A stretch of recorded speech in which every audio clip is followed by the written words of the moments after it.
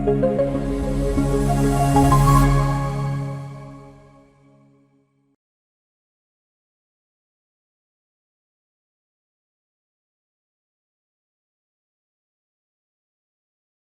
muy buenas noches. ¿Cómo están? Espero que muy bien. Voy a iniciar la clase de hoy compartiéndoles el formulario. El formulario autoevaluativo, recuerden que al ser autoevaluativo no hay una calificación, no hay una nota, no hay de pronto una sanción. Si en algún punto surge algún error en alguna pregunta, lo que sí es muy importante diligenciarlo principalmente porque así ustedes van a saber cómo está ese factor de aprendizaje, cómo está el conocimiento. Y el día, perdón, y el día de mañana lo que vamos a hacer es una ronda de preguntas un poco más amplia y también centrándonos en lo que es ese formulario que les voy a compartir. El formulario también lo pueden encontrar en el material de estudio, pero se los voy a compartir a nivel general.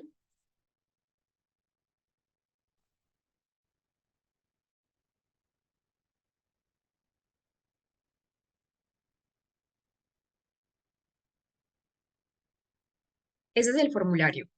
Voy a colocar acá formulario para que ustedes sepan qué es. No sé si, denme un momento, miro si se puede fijar en el chat. Creo que no. Igual se los voy a estar compartiendo a lo largo de la noche de hoy, de la clase de hoy, para que ustedes lo tengan muy en cuenta. Ese es el formulario, es el primer enlace que les quería compartir, pero también les voy a compartir las clases que nosotros hemos tenido hasta el día de hoy, hasta la fecha. La primera clase es muy fundamental porque en esa primera clase nuestro coordinador les explica todo lo que es relacionado con el material de estudio y con la certificación. También es importante la certificación para que pues tengan también una competencia a nivel académico, una competencia a nivel laboral. En un momento se los comparto.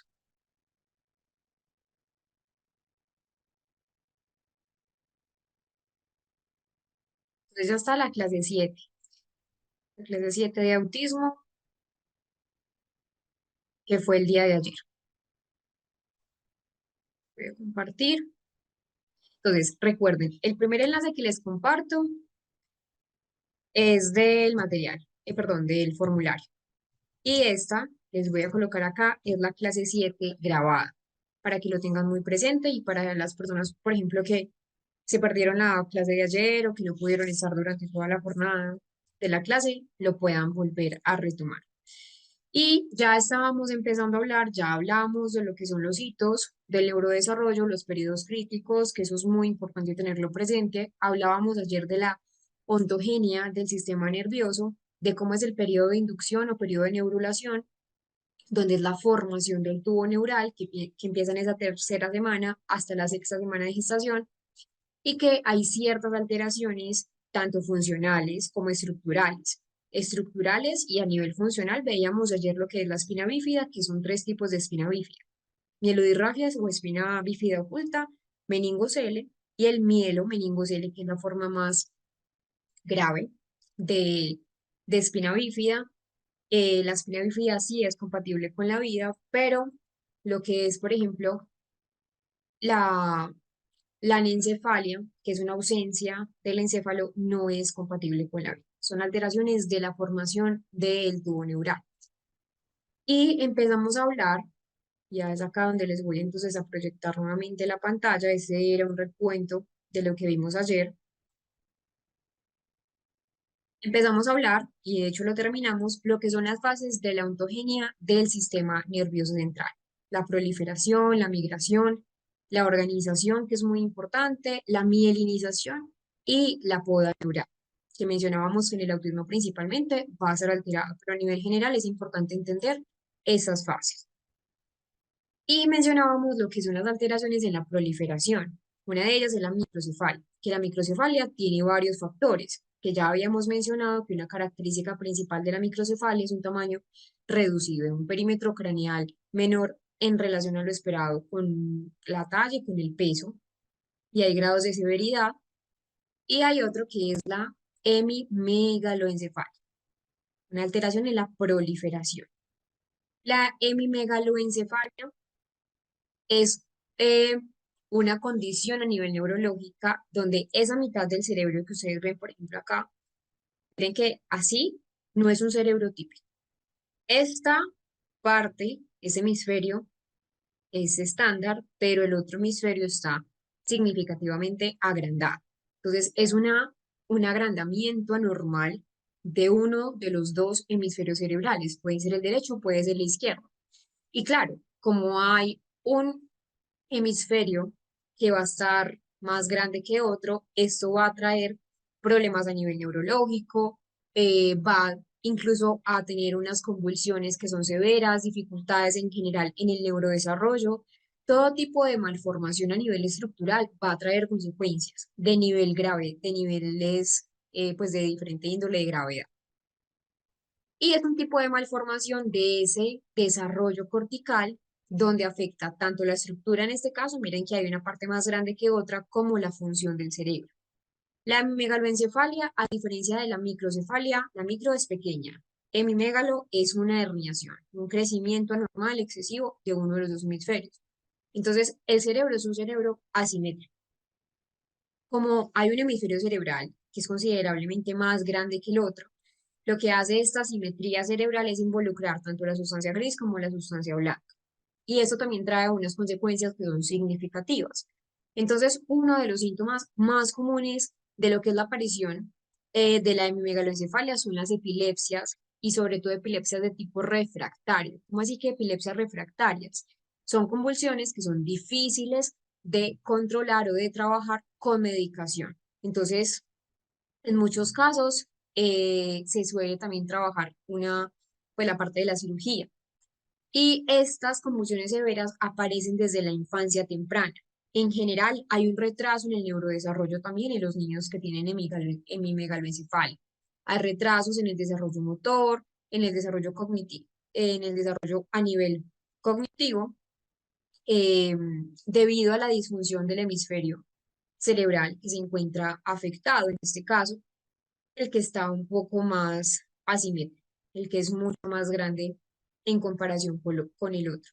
Y hay algo muy característico también y es la hemiparesia.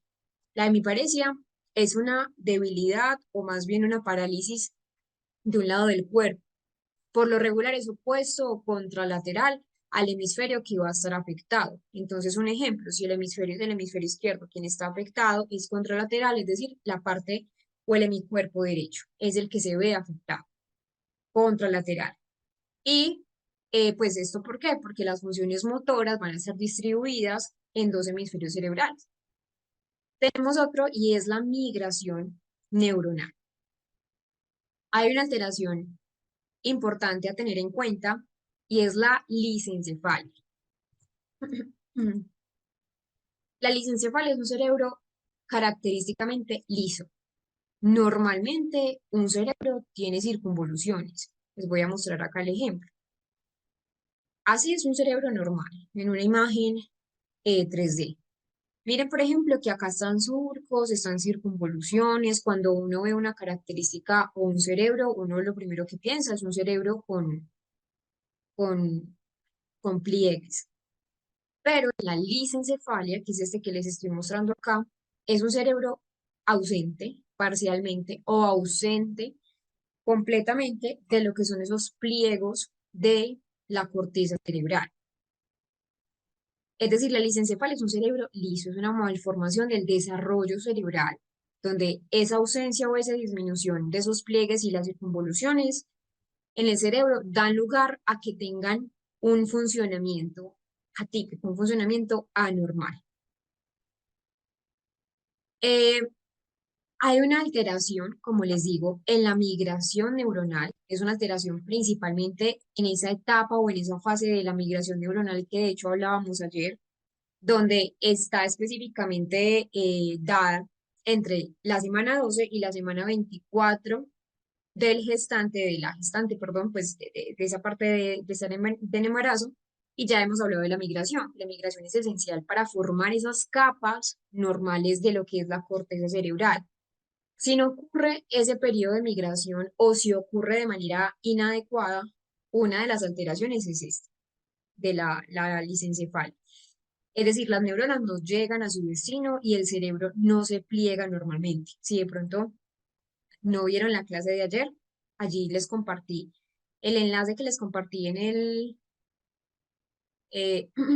chat, es principalmente la clase de ayer donde hablábamos más expresamente, más ampliamente sobre lo que es la migración neuronal. Como tal, las causas de una lisencefalia pueden ser también unas causas a nivel genético, entonces pueden haber mutaciones específicas, pueden haber infecciones intrauterinas, que ayer también mencionábamos el citomegalovirus, por ejemplo, en la aparición de lo que es la microcefalia. También puede aparecer la lisencefalia o exposición a toxinas, a consumo de alcohol, sustancias psicoactivas durante ese embarazo o una isquemia fetal, es decir, una isquemia cerebral, un accidente cerebrovascular internamente en esa parte fetal. Y hay varios tipos de lisencefalia. Hay una lisencefalia que es eh, clásica o que también se puede llamar lisencefalia tipo 1, donde hay una corteza cerebral engrosada sin pliegues. Y hay una lisencefalia tipo 2 donde es como una, bueno, también se llama el lisencefalia empedrado o en forma de empedrado, porque está causada principalmente por alteraciones, pero más bien en esa lámina basal. Y se va a asociar a distrofias musculares y distrofias a nivel congénito. Entonces, importante tener en cuenta eso. De hecho, que se observa también en el cerebro de una persona con lisencefalia. Hay agenesia del cuerpo calloso, hay hipoplasia del cuerpo calloso, eh, también, además de eso, y hay agenesia también de las circunvoluciones, hipoplasia de las circunvoluciones, también tenemos un grosor anormal de la corteza cerebral y hay manifestaciones clínicas en general, van a variar, como les digo, según la gravedad. En esas alteraciones que les digo que tiene que ver con el neurodesarrollo. Como tal, no son trastornos del neurodesarrollo, son alteraciones en esa formación del sistema nervioso central. Entonces vemos un retraso en el desarrollo psicomotor, que de hecho es severo. Las circunvoluciones son necesarias. También acá, al igual que veíamos en lo que es la hemimegaloencefalia, vemos unas convulsiones y epilepsia que de hecho son frecuentes y muy frecuentemente son refractarias, es decir, pues, que son muy difíciles de tener un control sobre ellas con la medicación. Tenemos hipotonía, que es el bajo tono muscular, que en alguna otra patología también la estábamos hablando. La microcefalia, no es extraño también verla también junto con la lisencefalia. En general van a tener problemas a nivel visual, a nivel auditivo y eh, también igual pueden tener problemas a nivel incluso de la deglución, a nivel de la respiración.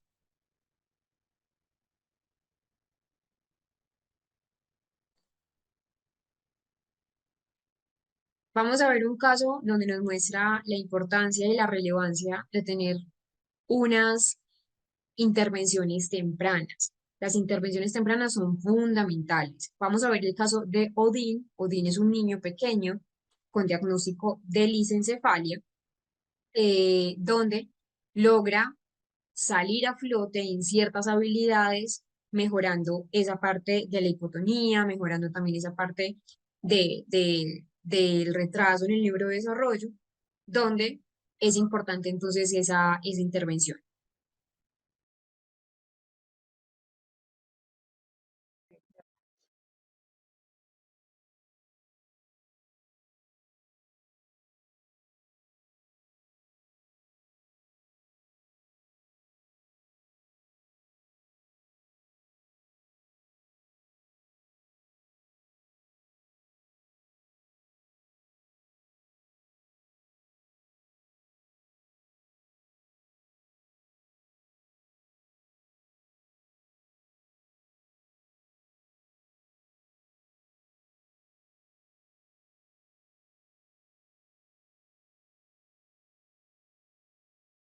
Antes de entrar a lo que es la evaluación y el diagnóstico y los objetivos de intervención en el trastorno del espectro, vamos a hacer una actividad con el material de estudio. Vamos a ir al material de estudio,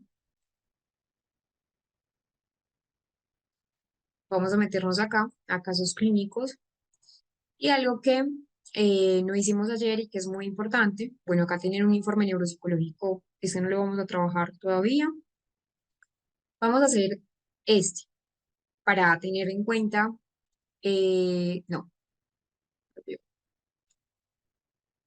el de la mujer, este.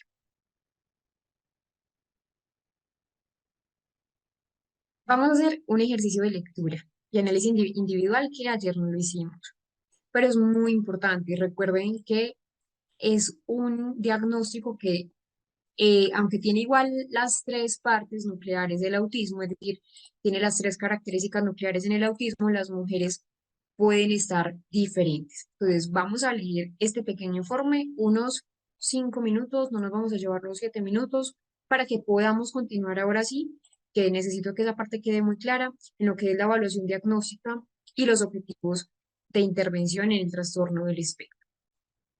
Entonces, vamos a hacer una lectura, un análisis, para que ahora también en la ronda de preguntas podamos trabajar. Voy a leer esta parte del motivo de consulta. Es un caso clínico, una mujer de 31 años, ya es adulta, es profesional universitaria, está graduada en diseño gráfico. ¿Y cuál es el motivo de consulta? Evaluación por sospecha de trastorno del espectro autista en mujer adulta. La derivación es por parte de psicoterapeuta, de su psicoterapeuta, ante la presencia persistente de patrones de comunicación atípicos, dificultades interpersonales crónicas y una marcada fatiga post-social. La paciente refiere a haber sentido ser diferente, entre comillas, desde la infancia, manteniendo un funcionamiento social adaptativo, pero altamente costoso. Solicita evaluación formal para confirmar o descartar la parte de la neurodivergencia. Acá la idea es que lean un poco, que tengamos una noción de cómo es una evaluación diagnóstica para ya pasar a ese tema que es de la evaluación. De hecho, acá van a ver, van a conocer pues algunas pruebas que se utilizaron en la paciente para hacer ese análisis.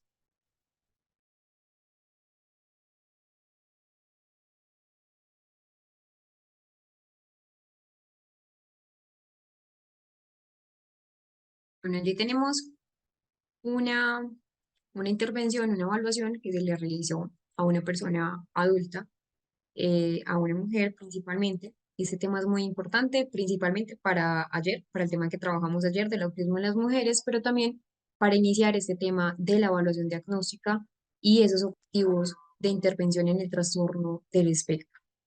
Entonces, tenemos a Laura. Laura era una mujer de 31 años, ella era pues, diseñadora gráfica, estaba por turnos. Recuerden que ella consultaba por una sospecha de autismo y desde niña empezó a mostrar una sensibilidad sensorial, unos intereses restringidos, esas dificultades sociales, pero realmente pues tuvo buen rendimiento en esa parte académica, no tuvo retrasos en el neurodesarrollo como lo veíamos, pues como lo veíamos allí.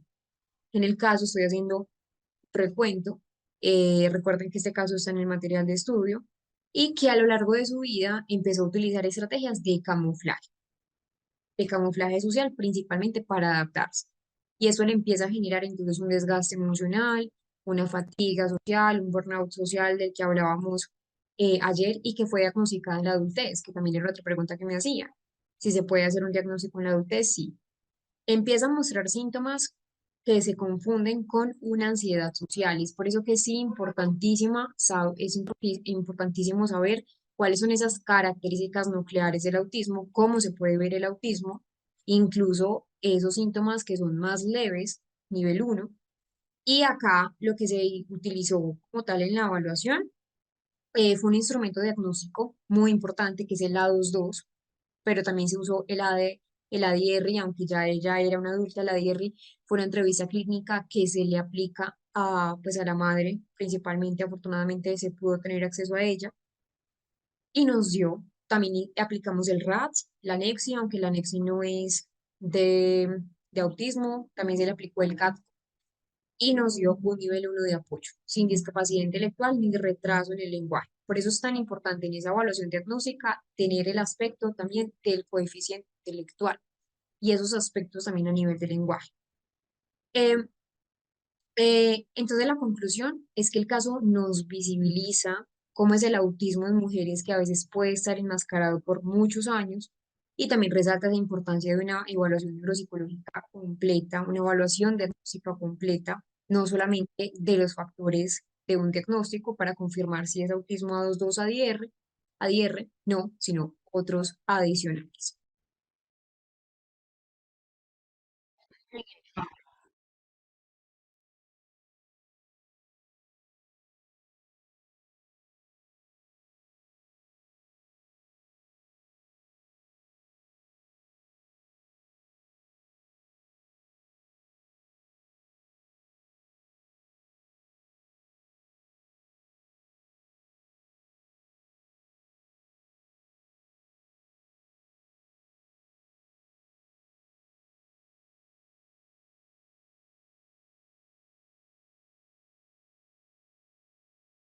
Para entender la evaluación diagnóstica, nosotros ya hemos trabajado lo que es esa guía diagnóstica de lo que son los criterios del DSM-5, actualmente DSM-5-TR, pero también es importante hablar y manejar el CIE, donde ya hemos hablado en otra ocasión, en otra clase, lo que es la clasificación. Requiere un enfoque multidisciplinar, que ya hemos mencionado. No se trata de hacer un diagnóstico solo por dar un diagnóstico a través de la observación clínica. Es claro que la observación clínica es una herramienta fundamental, es una herramienta que se va adquiriendo a través de la experiencia y a través del aprendizaje, pero no es la forma de diagnosticar. La forma de diagnosticar debe ser multidisciplinaria con staff clínicos, con diferentes estudios que se realicen y en muchas ocasiones vemos personas con diagnóstico de autismo errado, o sea, porque no tienen autismo y tienen un diagnóstico de autismo y tienen otro aspecto, posiblemente pueda ser otro aspecto del neurodesarrollo o porque tengan ansiedad social y se confundió o porque tengan deprivación psicoemocional, que ahora les voy a mostrar un poco qué es, que de hecho es un criterio de exclusión o porque no tengan autismo y se haya dado un diagnóstico errado, como lo veíamos en muchos casos. Entonces la idea es un enfoque multidisciplinar, como les decía, hay muchas personas por ahí con un diagnóstico errado, sea porque tengan autismo y no tengan diagnóstico o al contrario. Entonces se debe incluir, perdón, una evaluación muy cuidadosa de esas características cardinales, las características nucleares de lo que es el autismo, pero no solamente es dar un diagnóstico de autismo, sino también mirar cómo son las funciones cognitivas a nivel general, la neuropsicología del autismo, esas habilidades adaptativas, lo que son las habilidades del lenguaje, las habilidades sensoriales, las habilidades más de tipo motor. Lo primero que uno debe hacer, incluso más que la observación, es la anamnesis. La evaluación diagnóstica del autismo es un proceso muy complejo, es un proceso que únicamente debe ser clínico. Y como les digo, debe ser clínico, pero multidisciplinario. El objetivo siempre es identificar si una persona presenta características del espectro autista. ¿Para qué? Para mirar su perfil de apoyo y así orientar adecuadamente la intervención. El diagnóstico es apenas la primera piedra de todo el camino, el primer paso de todo el camino. Realmente lo más importante son esas intervenciones. Obviamente, la línea base siempre va a ser el diagnóstico. Con un adecuado diagnóstico vamos a tener pues unas intervenciones que se espera que sean idóneas. Pero lo primero es dar esa clave a qué nivel de autismo, qué nivel de apoyo necesita la persona. Entonces, lo primero es la anamnesis, esa entrevista clínica. Se debe hacer o se debe iniciar con una entrevista que sea detallada, tanto a los padres como a los cuidadores. En el caso, por ejemplo, de los niños es muy importante y en el propio paciente a los adultos. Ya si la persona, por ejemplo, mm, de quien se sospecha de autismo, de pronto es no verbal en la adultez, la idea es tener una persona de apoyo, una persona pues del neurodesarrollo de la persona, pues para la redundancia, que pueda trabajar con esto. Lo primero que debemos saber es la historia del desarrollo temprano. cómo fue esa comunicación, cómo fue ese lenguaje o cómo es ese lenguaje, cómo son las habilidades a nivel motor y cómo es ese perfil también a nivel sensorial. Es sumamente importante conocer esto. Primero, la edad de aparición de los primeros signos y que mencionábamos ayer, que también es importante conocer esos hitos, si hubo o no un retraso en esa parte del neurodesarrollo, mirar también las conductas, es decir, no solamente la anamnesis, sino también mirar las conductas, también en anamnesis preguntar por esos comportamientos que los padres o los cuidadores observan en distintos contextos u observaron. Recuerden que si es adulto, entonces cómo fue en el hogar o cómo es en el hogar, cómo es en el colegio, cómo es en el ámbito social.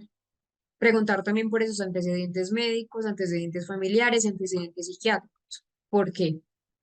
Porque muchas veces, teniendo en cuenta si una persona con autismo, que recuerden que en la familia hay una alta heredabilidad, podemos de pronto indicar un poco más, y los factores de riesgo. Si hubo factores de riesgo prenatales, perinatales y los postnatales. Entonces, importante poder recopilar, poder recoger toda esa información, tanto cualitativa, esa es la parte cualitativa de la evaluación, igual sigue siendo subjetiva de los padres y de los cuidadores, pero que igual es importantísima, importantísima para el análisis clínico. Luego ya pasamos a esto, a lo que es la observación.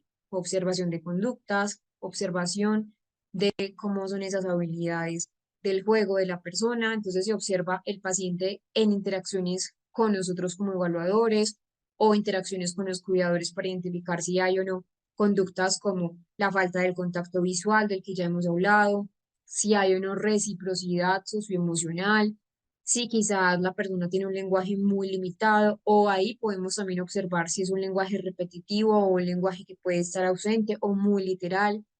Si es un niño, cómo son esos juegos funcionales, si hay un juego imitativo, si hay una atención conjunta, si hay un juego en espejo, si es un juego de pronto poco imaginativo, si hay o no en esa observación de esos intereses restringidos, si hay rutinas que son muy rígidas, si hay movimientos quizás con estereotipos. Una herramienta estandarizada, es decir, la observación clínica es fundamental a través en el consultorio, ¿cierto? Donde no hay una calificación como tal, pero también esa observación a través de lo que es, por ejemplo, el A22, que ya vamos a trabajar el A22, donde es una prueba Google estándar que se debe combinar junto con otros procesos de análisis para dar un diagnóstico. Entonces, el A22 es una evaluación semiestructurada que nos permite observar esos comportamientos, es una evaluación observacional de esas claves, de esos criterios angulares de los niños, de los adolescentes y de los adultos. Ya lo vamos a trabajar, pero también con escalas y pruebas estandarizadas que nos permitan mirar ese perfil, clarificar ese perfil de fortalezas y de puntos a trabajar, de puntos que de pronto pueden ser vistos como puntos débiles, como es ese aspecto social, como la parte cognitiva, el nivel de funcionamiento adaptativo, que, ojo acá, el nivel de funcionamiento adaptativo puede estar discrepante, puede generar una discrepancia incluso con esas habilidades cognitivas. Habilidades adaptativas que son, por ejemplo, desenvolverse a nivel social, poderse comunicar, vestirse, cepillarse, organizar, que puede ser diferente y puede, como les digo, discrepar con esas habilidades a nivel cognitivo. Hay personas que tienen un coeficiente intelectual alto, pero en el cuestionario de habilidades adaptativas puntúan bajo. Y que pues la idea es también utilizar cuestionarios y escalas estandarizadas. Yo les mencionaba ahora la ADI-R o la ADI-R, como muchas lo mencionan, que es una entrevista diagnóstica única y exclusivamente para el autismo. Es una entrevista que es estructurada, es dirigida a padres y está basado de hecho en los criterios del DSM. Hay otro que es el CARS-2, que es una escala de observación también para determinar esa severidad de trastorno del espectro autista. En algún punto ya hablábamos de la SCQ, de Simon Baron Cohen, para identificar esos rasgos en autismo, pero en niños un poco mayores, y el MCHAP, que el MCHAP no es una prueba, es un tamiz, es un tamizaje, es una prueba de cribado para los niños pequeños, que va de 16, perdón, a 30 meses.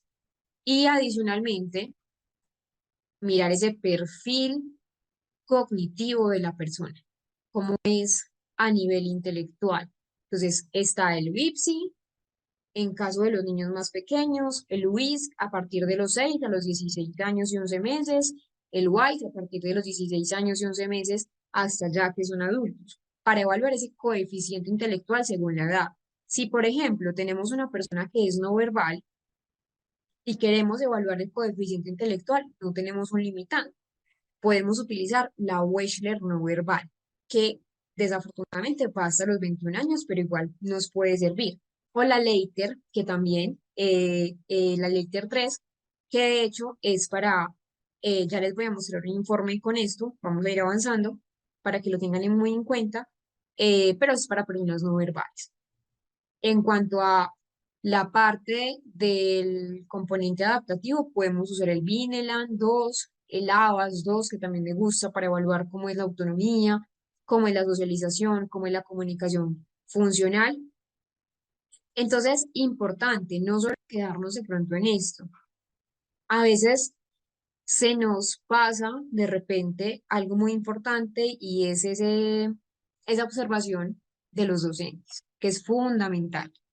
Entonces, no solamente la entrevista clínica debe estar única y limitada a la parte de los papás o de los cuidadores, sino también esa evaluación escolar y del entorno social, es decir, se recopila y se debe recopilar información sobre el colegio, sobre cómo son esos entornos del colegio en los que el paciente se desenvuelve en gran parte del día, para también contrastar esos comportamientos y ver cómo afecta ese desempeño a nivel de la vida cotidiana.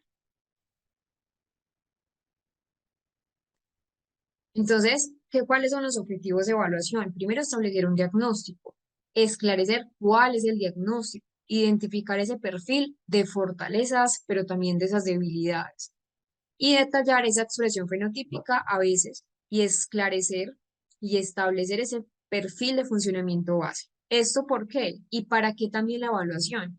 Porque la evaluación inicial nos va a dar, por ejemplo, un progreso de la intervención. ¿Cómo ha sido esa intervención? Si el niño entonces, por ejemplo, que ya lo hemos trabajado, comienza con un nivel 2 de autismo, con la intervención, lo ideal es que escale a un nivel adaptativo mucho mejor, un nivel 1. Recuerden, los niveles no son niveles de autismo, son niveles de apoyo que necesita la persona con autismo en cuanto a la parte de la interacción social y de las conductas restringidas y repetitivas. Entonces, la idea es mirar ese progreso de la intervención y siempre esos beneficios que sean ganados. Algo fundamental y que son consideraciones importantes es que no hay una sola prueba que diagnostique el autismo. Es decir, sí, hay pruebas gold estándar como el A22 y ADI-R o ADI-R, que como les digo, el ADI es una entrevista clínica y el A2 es una observación conductual.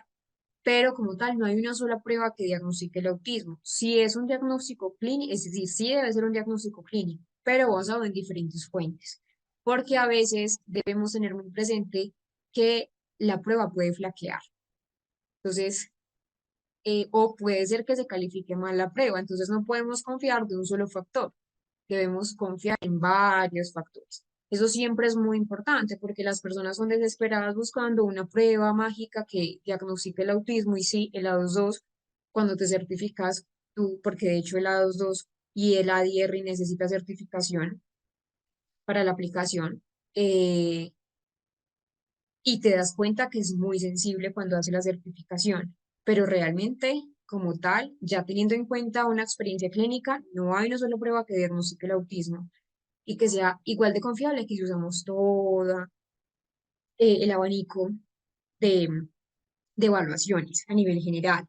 Entonces, la evaluación siempre debe realizarse con un equipo que sea especializado, neuropsicólogos, psiquiatras infantiles, neuropediatras, los fonoaudiólogos también, los terapeutas ocupacionales, y que el diagnóstico también no solo debe ser un diagnóstico por dar un diagnóstico, sino que el diagnóstico debe llevar también un grupo de recomendaciones claras sobre esos apoyos, sobre cómo son esas intervenciones y esos ajustes tanto escolares o laborales. Porque a veces Somos desesperados por buscar un diagnóstico y es el punto apenas base, es la base de la pirámide, pero falta mucho camino. Entonces, ¿cuáles son objetivos de la evaluación? Establecer el diagnóstico a partir de la conducta.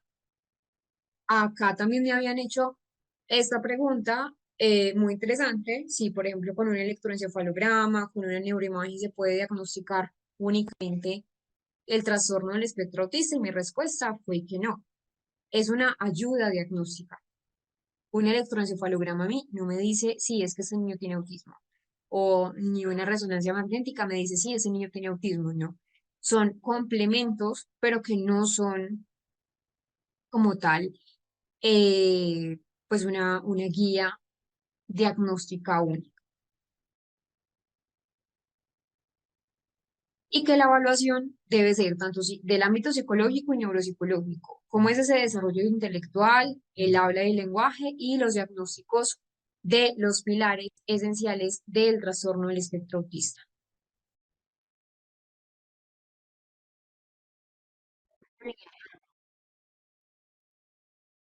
Es importante hablar lo que es la evolución y el pronóstico en el trastorno del espectro autista. Cuando hablamos de evolución y pronóstico, nosotros debemos tener en cuenta que eso depende mucho de muchos aspectos, tanto individuales como factores externos. La evolución y el pronóstico van a variar según la persona. Entonces, comparar, por ejemplo, una persona con trastorno del espectro autista, que porque uno de pronto pudo ser verbal y antes no era verbal, y compararlo de pronto con otro, está mal. Cada persona es individual, cada neurodesarrollo es individual, pero sí es importante hablar que esa evolución mejora significativamente con la intervención adecuada. Por ejemplo, la evolución del autismo depende de múltiples factores. La parte del acceso a las terapias, de ese entorno familiar, el entorno familiar, créame que es sumamente fundamental, y el entorno también educativo. Eh, Ya sabemos que desde la primera infancia, desde los 3 años, suelen aparecer esos primeros signos, que es el poco contacto visual, el retraso del lenguaje, el acceso escaso o la poca capacidad de interacción social. Entonces, desde allí debemos iniciar las intervenciones. Entonces, hay factores que influyen en ese pronóstico. Por ejemplo, el factor del lenguaje funcional a los 5 años. El impacto es importante, es un predictor de hecho positivo importante, un coeficiente intelectual por encima de 70, que está asociado a una mejor adaptación social. De 90 a 110 es un coeficiente intelectual prototípico. También el inicio temprano de la intervención va a dar mejores resultados en ese desarrollo global, el apoyo familiar y el pronóstico como tal. En general, de un 10 a un 20% de las personas con trastorno del espectro autista pueden alcanzar esa independencia funcional en la adultez. Y alrededor de un 30 a un 40% requiere un apoyo que va a ser moderado. Y ya un 50% necesita un apoyo quizás permanente, especialmente aquellas personas que tienen asociado también una discapacidad intelectual, o que no tienen un lenguaje funcional. Entonces, en conclusión, el autismo tiene una evolución que va a depender de muchos factores, pero no solamente la evolución, sino también ese acceso, es decir, el autismo es de curso variable, pero con una intervención adecuada, con un buen diseño, eso es muy importante, un buen diseño de intervención, un apoyo que es continuo, un continuo y un entorno comprensivo. Las personas con autismo logran muy buena calidad de vida. El enfoque siempre debe ser individualizado. Y cuando me refiero a los apoyos, no es que una familia de pronto llevó a la persona con autismo hoy, viernes, y dentro de 2 meses lo vuelve a llevar. No, la idea es trabajo en casa, trabajo en colegio, trabajo también individual a nivel en la parte del consultorio, desde diferentes enfoques clínicos, respetando muchísimo las capacidades, respetando muchísimo esas necesidades de cada persona.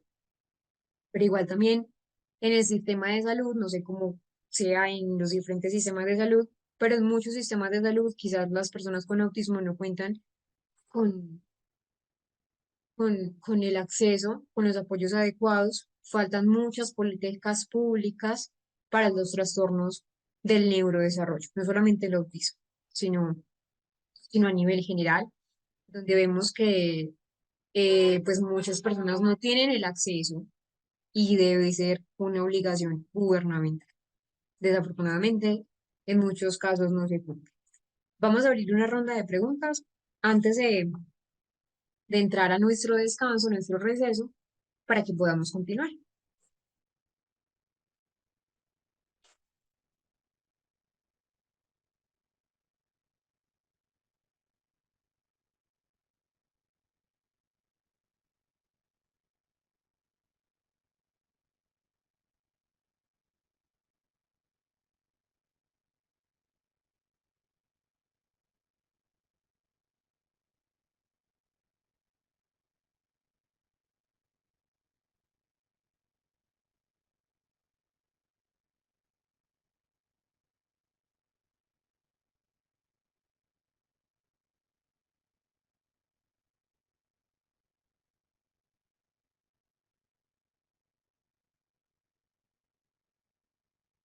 No, sí, el MCHAT es desde los 16 meses hasta los 30 meses de edad. Los objetivos de la intervención, recuerda que ya los mencionábamos. Principalmente los objetivos. Ah, bueno, espérame, yo le voy en la pregunta que dice de la intervención. Ya vamos para allá, Yasmín. Ya leímos, pues ya trabajamos lo que son los objetivos de la evaluación. Ya vamos a trabajar en el próximo bloque lo que son los objetivos de intervención, que son diferentes. Diferente y va a variar también y que se debe diagramar. De hecho, es un trabajo arduo. Diagramar esos objetivos de intervención deben estar basados en lo que es el factor individual. Lo que quería mostrarles, pero creo que va a ser en el segundo bloque, era un informe neuropsicológico de una niña de 5 años que se hizo recientemente. Ella tiene 5 años, no verbal, y ella sí tiene un componente intelectual asociado. Mientras tanto, vayan colocando acá las preguntas que ustedes vayan teniendo.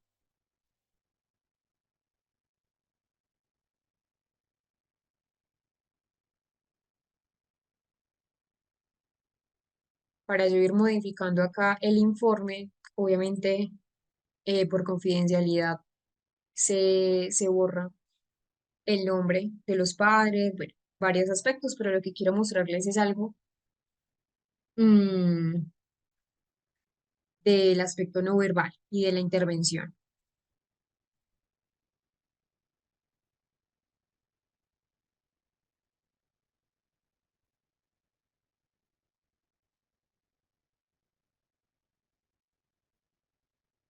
Bueno, esta parte es un poco más legal, no la hace Merlin. Dice lo siguiente, puede ser una persona con autismo en cualquiera de sus niveles, uno, 2, 3, eh, y tener responsabilidad penal en la comisión de un delito. Es un tema muy legal. Voy a responder desde lo que sé, aunque es un tema muy legal, más que un tema clínico, igual también es importante conocerlo, pero como tal, esa capacidad legal va a variar, o bueno, la responsabilidad legal o la responsabilidad penal, tengo entendido que va a variar dependiendo de un país a otro, ¿cierto? Cada país tiene su legislación, cada país tiene su código penal. No sé de pronto de qué país me escribes, Merlín, pero sí, en general sí, no es absuelta, esa es la palabra que quiero decir, de un delito, sí se considera culpable, ¿cierto? Digamos que esa capacidad legal que tiene una persona de, de, de ser considerada culpable de un delito va a variar, ¿cierto? Primero, si la persona comprende que su conducta es ilegal o dañina, eso es lo primero, ¿cierto? Si la persona es capaz de controlar sus propios comportamientos en cuanto a esa comprensión. Y algo muy importante es esa capacidad cognitiva, es decir, la comprensión del hecho, la comprensión de lo que hizo. Y hay algo que también es esa capacidad de actuar conforme a esa comprensión, lo que se llama una capacidad volitiva. Entonces depende de muchos aspectos. Eh, ¿Tiene responsabilidad penal? Sí, en el nivel uno. generalmente sí la tiene, nivel uno.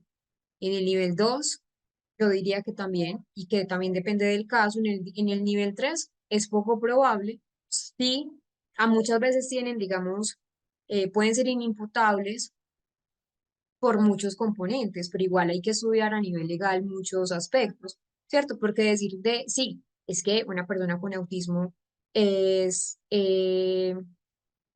inimputable y es grado 3, pues sería de pronto dar como una veracidad que no, puede que no. Pero sí sé que en el autismo grado uno no, en el 2 también es improbable que sea inimputable, en el 3 habría que evaluar.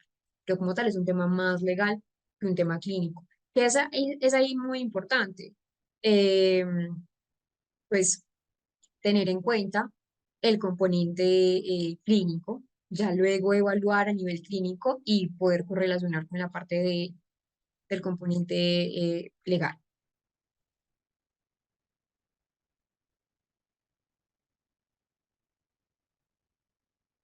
Emma, Edna, esto lo trabajamos ayer, porque el autismo es más observado en el sexo masculino. Esto fue un trabajo de ayer en la clase. Allí coloqué más arriba, de hecho lo ampliamos bastante, pero no es que sea más observado en el sexo masculino.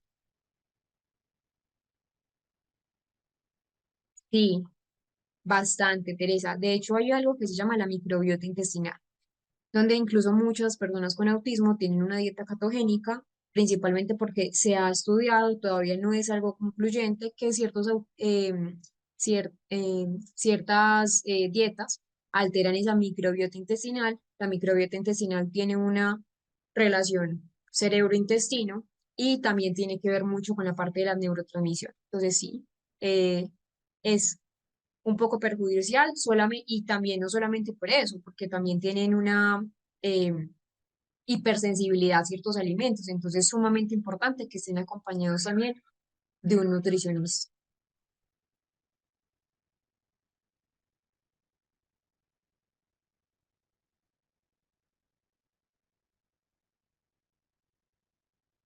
Un niño con TEA se puede calmar cuando es nueva en la escuela. Eh, o sea, como que si los docentes, Sandra, pueden de pronto, no entendí tu pregunta, Sandra, es decir, si los docentes pueden cambiar a alguien si es nuevo en la escuela, sí, sí, claro, pueden regular a nivel emocional.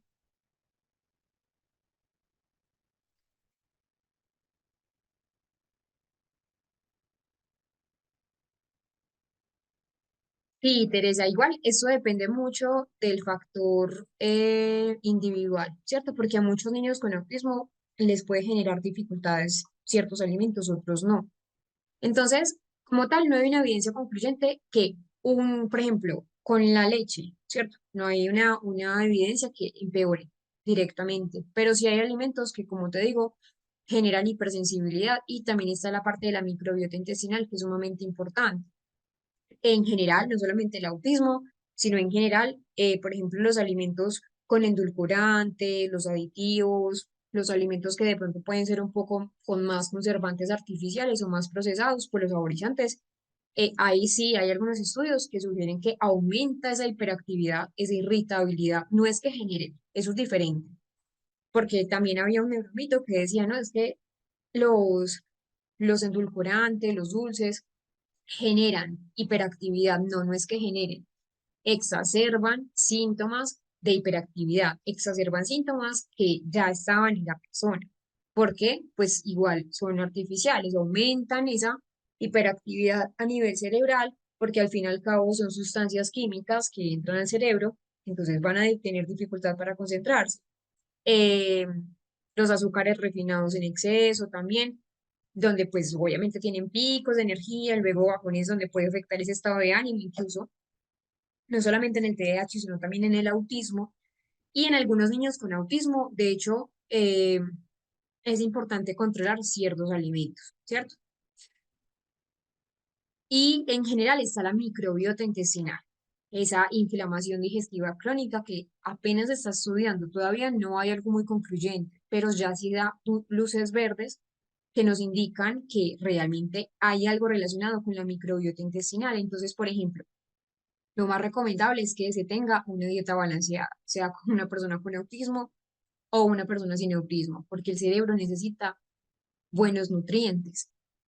Y también evitar de pronto lo ultraprocesado, los colorantes, evaluar, y eso es muy importante, un gastro, eh, eh, eh, un gastroenterólogo para mirar, sobre todo porque, por ejemplo, en el autismo muchos niños tienen dificultades a nivel gastroestomacal. El nutricionista es importantísimo. Muchos niños necesitan, de hecho, una dieta catogénica. De hecho, los niños con autismo tienen muchos síntomas a nivel digestivo, eso es muy frecuente. Y en algunos casos, sí es recomendable, en algunos casos, una dieta de pronto un poco más personalizada, pero siempre con una supervisión médica. Siempre, siempre haciendo un análisis individual de cada caso.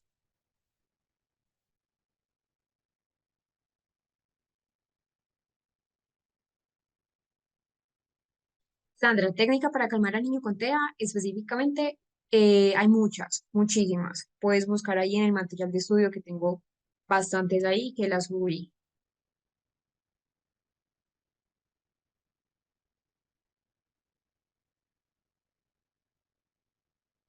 Bueno, vamos entonces a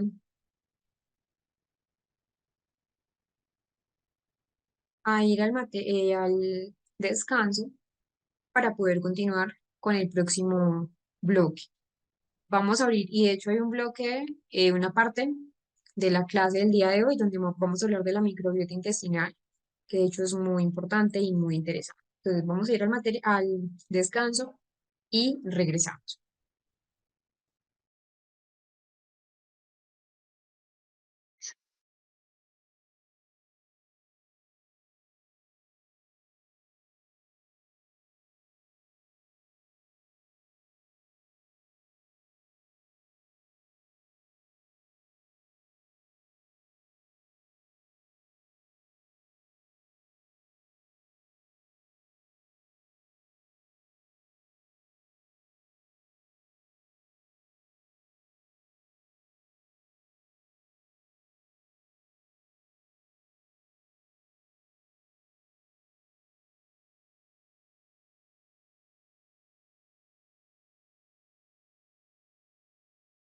La evaluación debe contener entonces una prueba para medir ese coeficiente intelectual, la teoría de la mente de la que ya hemos hablado en bastantes ocasiones, funciones ejecutivas, escalas de conducta y el A2 y el ADR. Para el diagnóstico del autismo debemos apoyarnos en diferentes pruebas que ya vamos a revisar. Resulta que nosotros tenemos herramientas, unos instrumentos de rastreo, unos instrumentos diagnósticos, debemos utilizar lo que son las pruebas psicológicas y de lo que hablábamos hace un momento, que es la observación y el juicio clínico, que es sumamente fundamental, pero que no podemos solamente utilizar el juicio clínico. Tenemos unos instrumentos diagnósticos, son dos pruebas Gold estándar, dos medidas de oro, que es el A22 y la entrevista para el diagnóstico, que es el ADR. Importante que sean utilizadas conjuntamente, no el A22 por un lado, ni el ADI por el otro.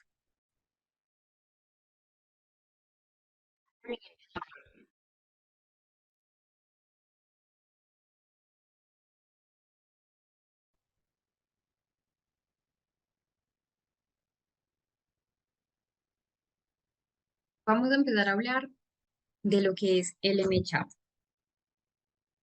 El MCHAT es una prueba de cribado. Como tal, el MCHAT no nos arroja un diagnóstico. Eso es muy importante tenerlo presente porque no podemos confundir lo que nos aporta el MCHAT y lo que nos aporta una prueba diagnóstica real. El MCHAT es un tamizaje que nos da una guía. Entonces, es una guía que nos aporta eh, conocer qué paso podemos seguir. Entonces, el MCHAT es un test que igual, a pesar de haber sido o ser desarrollado como tamizaje, es fiable en esa detección de los síntomas que están relacionados con el trastorno del espectro autista, nos ayuda a una primera mirada. es decir, a una primera detección y por lo tanto poder encaminar a los padres y poder encaminar también a los profesionales hacia la búsqueda de un diagnóstico que sea un poco más profundo o que sea un poco más especializado. Sabemos que el diagnóstico temprano cambia vidas. El diagnóstico temprano es muy importante para poder reducir esos síntomas, no reducir los síntomas del autismo, sino reducir esas barreras que se encuentran en la parte de la sociedad hacia el autismo. Entonces, el MChat como tal es un instrumento.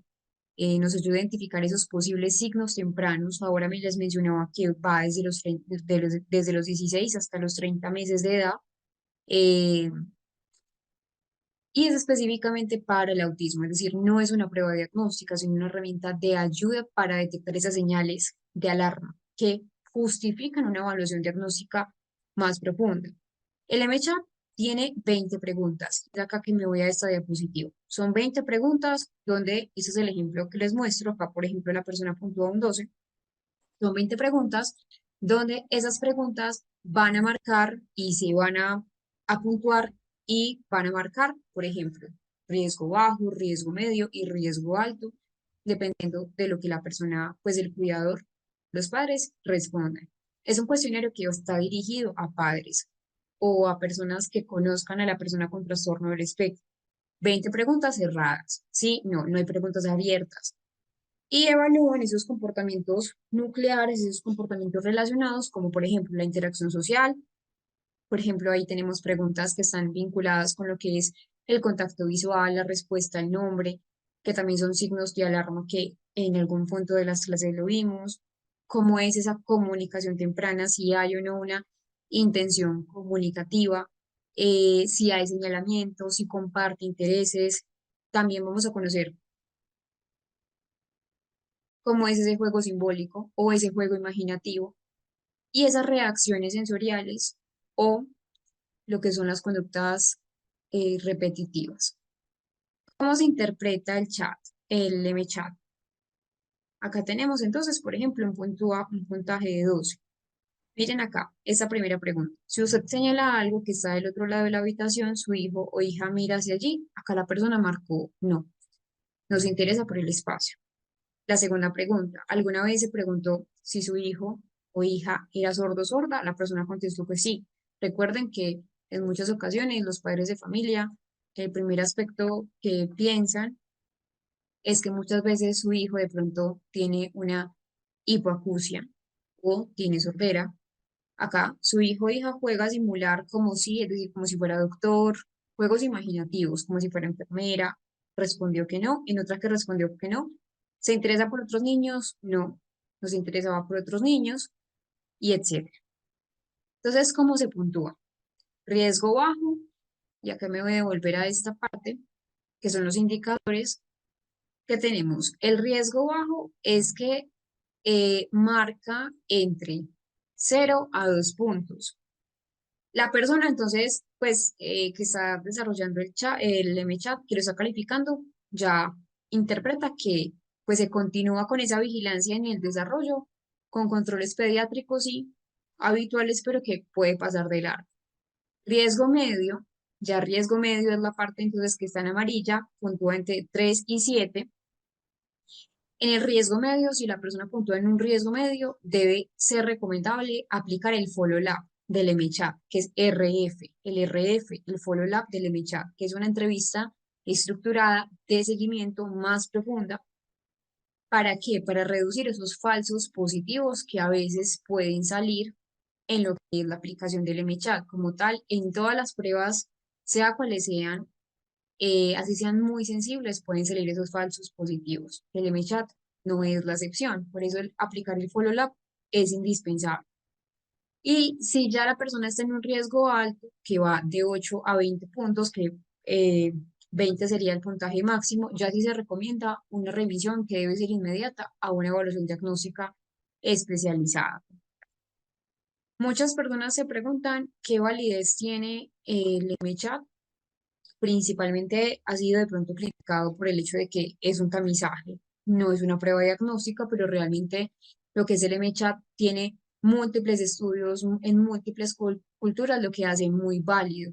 no tiene, digámoslo así, una alta sensibilidad, perdón, aunque tiene una alta sensibilidad, puede generar esos falsos positivos, como cualquier otra prueba. Entonces, la idea es complementar todas las pruebas, en este caso también el MChat, con ese follow-up antes de derivar a un diagnóstico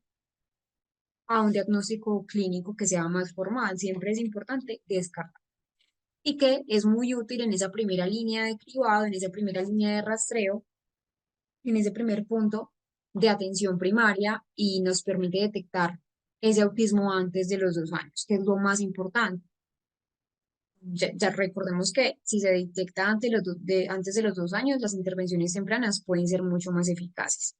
Si hay aspectos que al aplicar el MChat debemos tener muy, muy presentes. Primero, un resultado positivo, por ejemplo, en este caso que estamos viendo que punto un 12 no significa que ya es autismo, pero sí nos indica que debemos explorar más. Recuerden, no todo caso es autismo. Puede ser, por ejemplo, una deprivación socioemocional que ya vamos a conocer. Pues ya les voy a explicar que la deprivación socioemocional eh, debe aplicarse en un entorno clínico, es importante, y con listas de chequeo a nivel pediátrico. Y el MCHAP es sumamente y fundamental para identificar esas banderas rojas que podemos tener en el neurodesarrollo. Tenemos otro, que es este, es el ASQ3. Es una prueba para conocer ese desarrollo en general del niño. Es una prueba que también se aplica a padres de familia.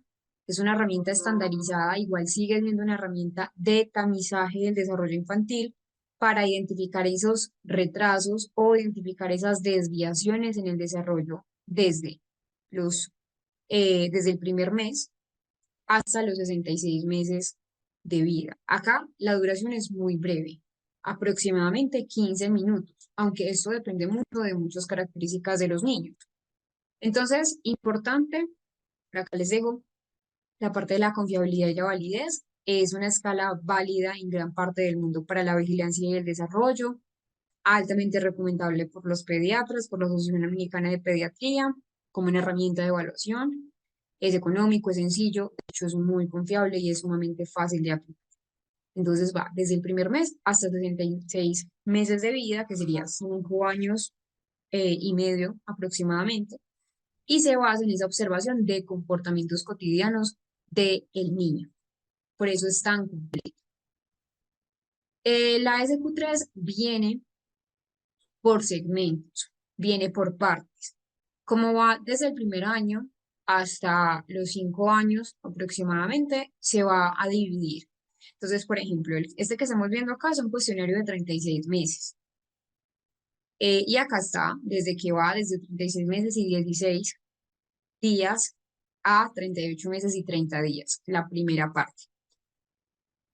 En esta primera parte aquí encontramos una información básica del niño, igual no solo debe ser esta información, y a veces se puede saltar si tenemos ya suficiente información con la anamnesis, la información, y esa parte es fundamental, y es esa calificación del cuestionario y los puntajes que ya vamos a entrar a analizar cómo sería, para que puedan conocer por qué hay unas partes sombreadas, en más oscuro, o en gris, o en blanco. Es muy sencillo, son 3 sencillos pasos. Lo primero es hacer las habilidades del niño, hacer las actividades con el niño, calificar el cuestionario y luego ver los resultados. ¿Qué áreas va a evaluar? La comunicación, la habilidad socio-individual, la habilidad física. Acá en esa habilidad física vamos a evaluar la motricidad fina y gruesa y la capacidad de resolver conflictos, que sería un área más comunicativa. Acá estamos viendo un ejemplo de cómo se califica. Esto es un cuestionario de 2 meses, pero como les digo, hay cuestionarios desde el primer mes de vida. Entonces, en general, nos muestra cómo son esos retrasos, si hay una desviación. Se basa en esa observación del comportamiento cotidiano. Por eso es muy importante que sea completado por los padres de familia o por los cuidadores, porque son las personas quienes mejor conocen esas habilidades reales del niño en su entorno natural. La idea es que siempre en esta evaluación esté presente un terapeuta, pues un profesional clínico, para que pueda de pronto en ciertas circunstancias, si surge alguna pregunta, darle esa explicación pertinente a los padres. Entonces, ¿qué áreas va a evaluar? La comunicación es la primera, es decir, ese uso del lenguaje tanto verbal y no verbal. Nos va a evaluar también la motricidad fina, la motricidad gruesa, perdón, y la motricidad fina, en general, las habilidades motoras. En la habilidad gruesa vamos a evaluar esa sensibilidad o esas habilidades más bien que implican esos grupos musculares, caminar, correr, saltar. La motricidad fina tiene que ver más con una coordinación ojo-mano, agarrar objetos, tirar una pelota, usar utensilios. Luego tenemos la parte social individual y luego la resolución de problemas. En lo socio individual tenemos, pues bueno, en esas habilidades personales y sociales se evalúa la autonomía, la interacción con los demás, el cuidado de sí mismo. Y en la parte de resolución de problemas son esas habilidades más cognitivas. Eh, Esos juegos, la clasificación, causa y efecto. Como tal, la resolución de problemas, pues no me da un CI, ¿cierto? Eso no es una prueba de CI, pero sí me da ciertos aspectos que de pronto el niño no cumple respecto a pues a los hitos del neurodesarrollo.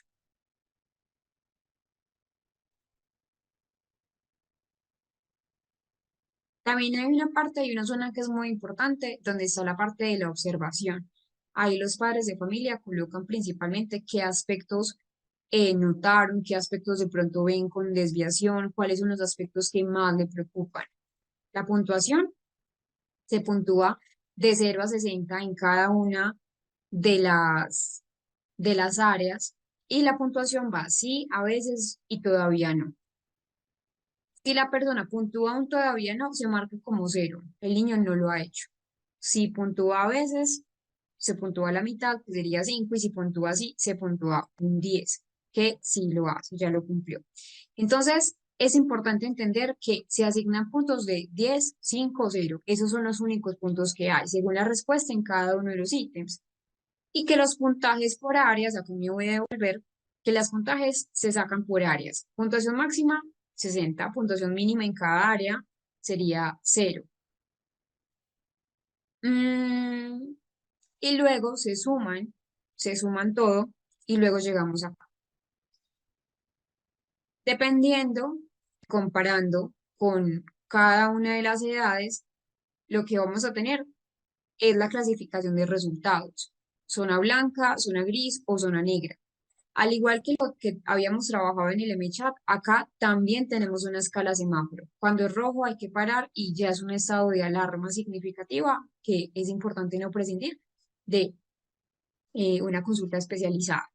Si tenemos en gris es que algo está pasando, hay que estar más alertas y blanco es que está bien, que podemos seguir adelante.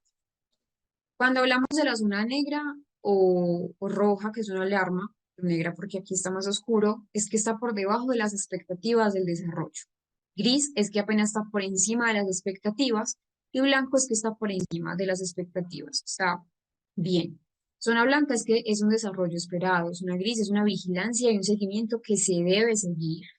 Y la zona negra es un posible retraso y ya sí o sí se recomienda una evaluación especializada. Como tal, eh, aunque es un tamizaje o aunque es un screening, detecta de forma de hecho muy rápida y que, como les digo, es muy confiable esos retrasos en el neurodesarrollo y que también permite que esos padres de familia estén involucrados activamente en lo que es la observación. Em, Sí, sí o sí se debe interpretar, es decir, ese screening es una valoración que es breve, que es muy corta, pero que sigue siendo estandarizado para identificar esas desviaciones que de pronto pueden ser sospechosas de esos parámetros normales del neurodesarrollo. Es importante entender que el tamizaje no me proporciona un diagnóstico, el tamizaje ayuda así a que se tenga una intervención con expertos en el tema y que el tamizaje en autismo es sumamente importante. ¿Cuándo se hace un tamizaje en autismo? Primero que, pues, cuando hay piedras demoras en esas piedras angulares del lenguaje y la comunicación, si hay o no regresión de habilidades del lenguaje y si hay padres con preocupación alta por esos trastornos del neurodesarrollo.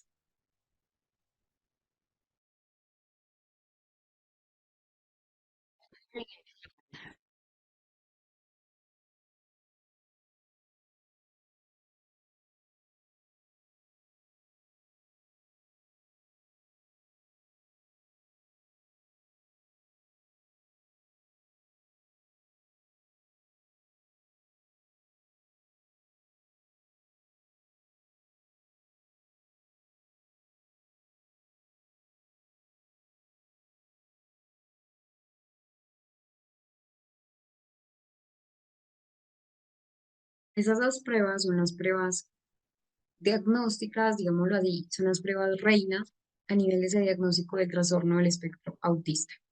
Entonces tenemos el A22 y tenemos el ADI-R, uno de observación y el otro es una entrevista clínica. Vamos a empezar por este, por el ADI-R.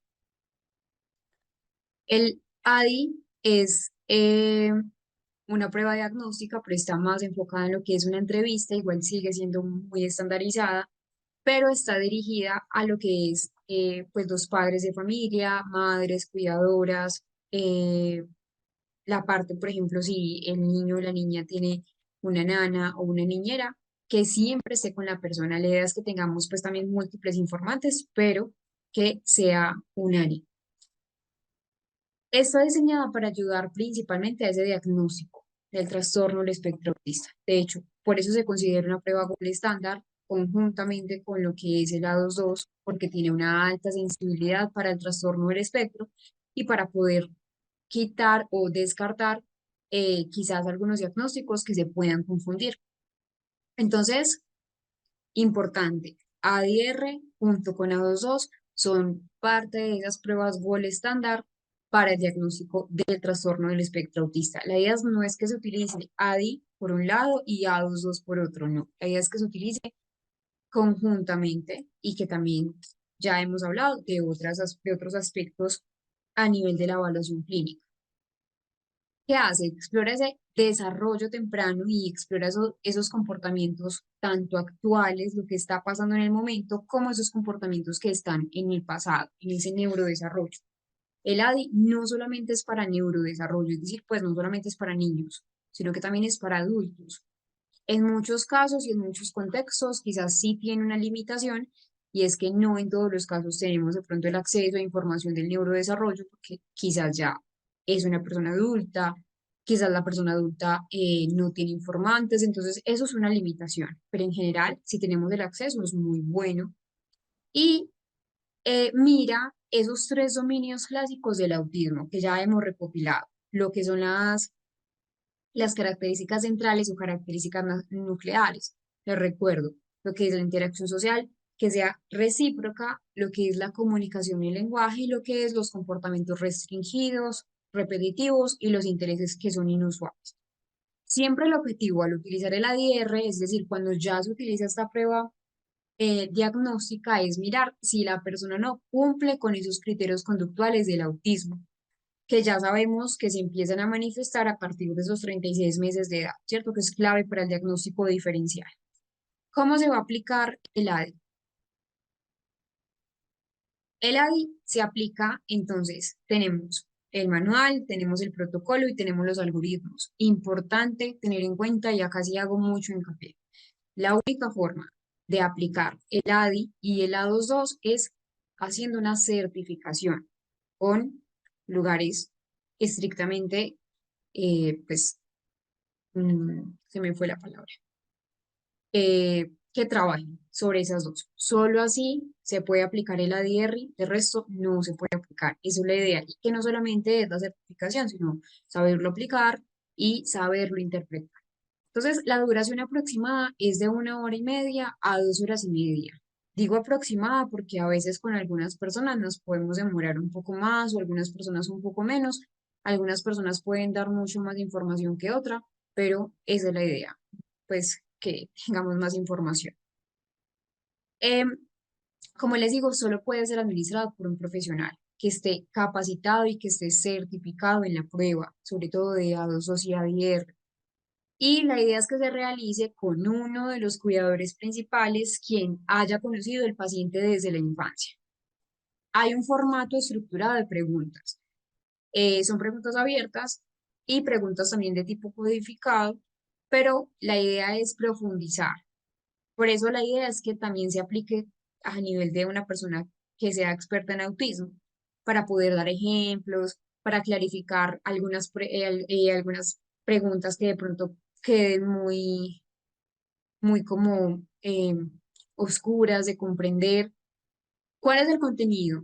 Lo primero que vamos a evaluar es la historia del desarrollo temprano, que es fundamental. La edad en la que aparecen las palabras o las frases, las primeras habilidades sociales o esas alertas tempranas que encontramos en el autismo. Evaluamos también en el área de comunicación social, en el área de comunicación y el lenguaje, lo que es el uso verbal y el uso no verbal siempre se debe evaluar. ¿Cómo es el uso de gestos? Si hay una intención comunicativa, si hay ecolalia o no hay ecolalia, si hay una inversión prominal y si hay prosodia o no hay prosodia. Y en la interacción social, recuerden, la interacción social siempre debe tener reciprocidad, una reciprocidad socioemocional, una expresión emocional, interés en otros niños, la parte de la empatía y la teoría de la mente que ya hemos hablado. Si hay un juego también de imitación, eh, mirar también esas conductas repetitivas y los intereses restringidos. Entonces, si hay apegos inusuales a ciertos objetos, si el niño tiene rutinas o el niño tiene rituales, si hay movimientos de pronto como aleteo, como balanceo, como de pronto estar muy cerca de un objeto y agitarlo en los ojos, si hay preocupaciones por ciertas partes del objeto, pero no como tal del objeto a nivel global, que tiene que ver mucho con lo que ya hemos hablado de la teoría de la coherencia central, pero no solamente esos aspectos. De hecho, el ADI también mira esos patrones de sueño, la parte de la alimentación, cómo es el comportamiento en general, si hay problemas de conducta que pueden estar asociados. La puntuación como tal no lo da lo que son los algoritmos. Esos algoritmos eh, nos puntúan, o más bien los ítems puntúan en una escala que mide esa gravedad o si hay presencia o no de la conducta. Entonces, ¿qué se mide? De 0 a 3. 3 sería que el comportamiento es extremadamente severo o es un comportamiento muy evidente. Y ya 0 sería un comportamiento ausente, prototípico. 1 puntúa leve, 2 puntúa una conducta claramente atípica. Ya luego nos ofrece, ya luego que tomamos el ADI, nos ofrece unos resultados por cada uno de los dominios que son importantes entonces también aclarar en el informe que se entrega, porque siempre se debe entregar un informe, y esa es la idea, y explicar. Entonces, si las puntuaciones, por ejemplo, superan los umbrales, ya se considera que esa historia de la persona del paciente es compatible con un diagnóstico de trastorno del espectro, comparándolo también con el A2-2. En cada uno de los dominios que les dije, la comunicación tanto verbal como no verbal, la interacción social que sea recíproca, y las conductas repetitivas y los intereses inusuales.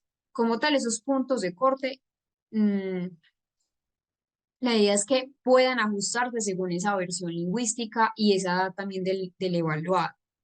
Entonces, importante tener en cuenta el ADR, los materiales no son tan amplios como lo podemos ver en el A22. En el A22 sí tenemos más materiales. De hecho, el A22 tiene el manual, la bañera con muchísimos materiales, el pin de corrección y los protocolos que son sí, 4 numéricos y un módulo Toddler, que es el módulo T. Mañana, en la mañana, entonces vamos a trabajar el A22 para que no quede de pronto al aire el tema. Yo quiero que esto quede muy claro. Vamos a responder algunas preguntas que ustedes puedan tener, que ahora, de hecho, pues hace poco me estaban haciendo la pregunta de cuáles eran esas fortalezas. Es decir, si hay limitaciones, sí. El ADI tiene limitaciones.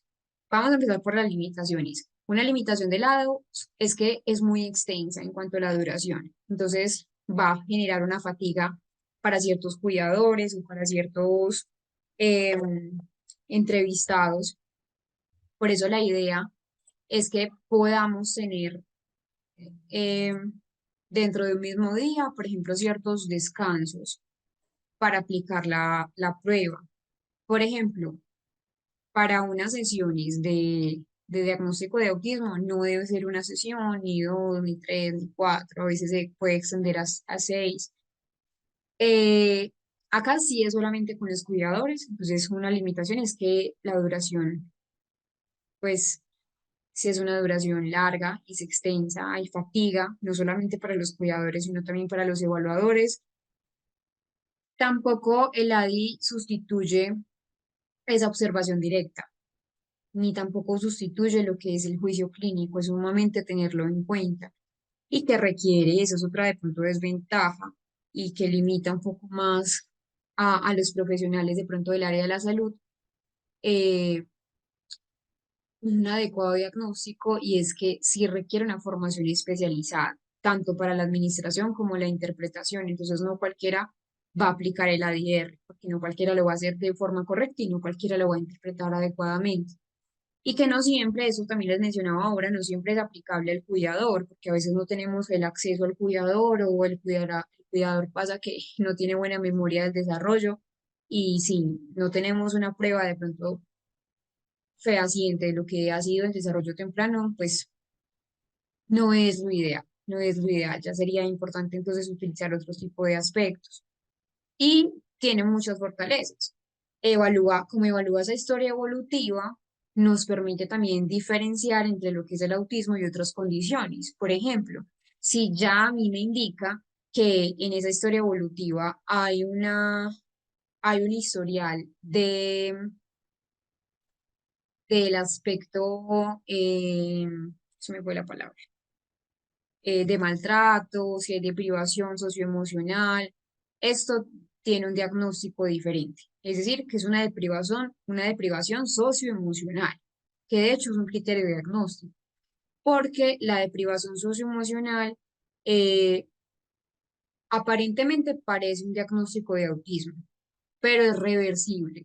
Eso lo vamos a trabajar mañana. Entonces, claro, la fortaleza de la IR es que nos permite conocer toda esa historia, eh, hacer diferencias entre ciertos diagnósticos que pueden ser parecidos al diagnóstico de autismo.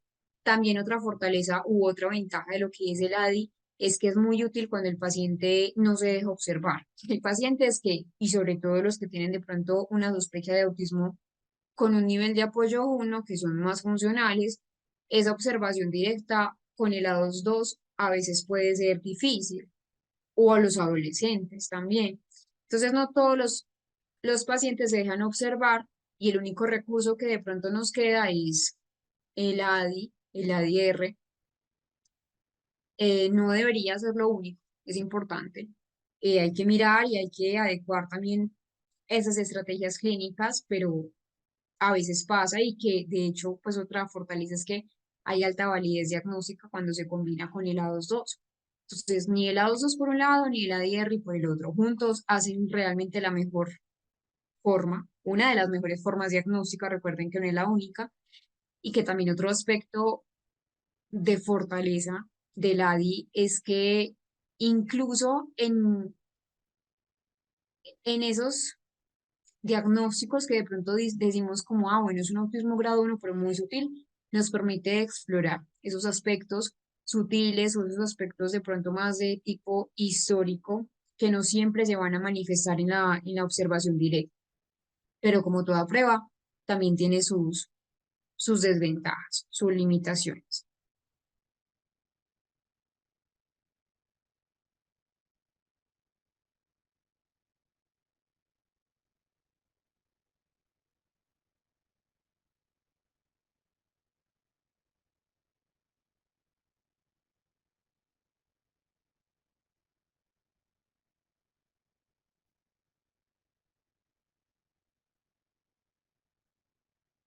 No, es difícil hacer las dos pruebas de forma simultánea porque pues el ADR tú tienes como, eh, pues clínico estar ahí hablando con los padres, entrevistándolos, siguiendo pues el protocolo y no podemos aplicar al mismo tiempo el A22 y estar observando el paciente. Entonces, primero empezar con el ADI y posterior el A22.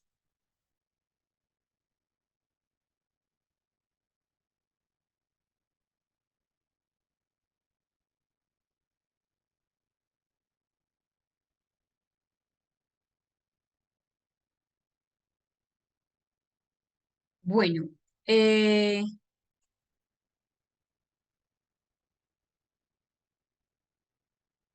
pero de pronto, Verónica, te dieron el diagnóstico, es decir, te explicaron o solo fue como el puntaje y ya.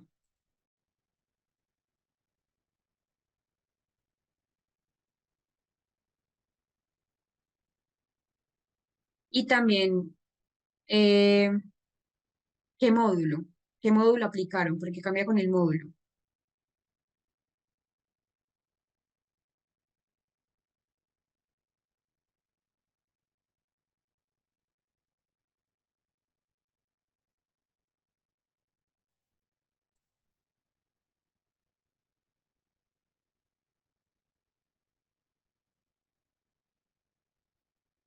No, no, Leonel, esto tiene una certificación aparte. Sí, sí, Verónica, pero ¿qué módulo de la 2.2? Son 5. ¿Qué módulo le aplicaron? 4 numéricos y uno de letra. ¿Cuántos años tiene tu hijo? Ah, bueno, tendría que saber el módulo para saber si, pues para conocer bien la información.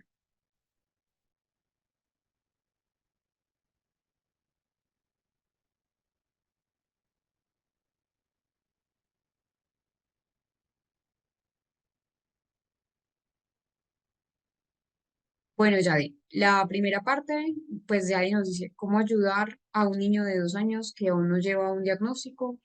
Lo principal es el diagnóstico, puede ser que no sea autismo para saber qué punto base, es decir, lo importante no es el diagnóstico, lo importante es qué aspectos cognitivos o más bien qué fortalezas y debilidades tiene para poder trabajar con ellos, porque a veces no podemos ayudar a una persona si no conocemos qué está pasando con ella.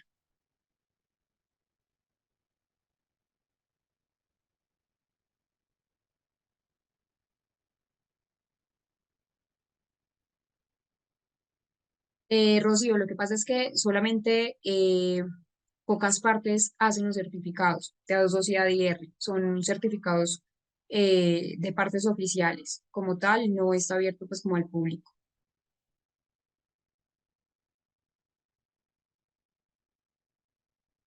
¿Tienen algún diagnóstico para poder implementar en las aulas con los niños para tener una orientación?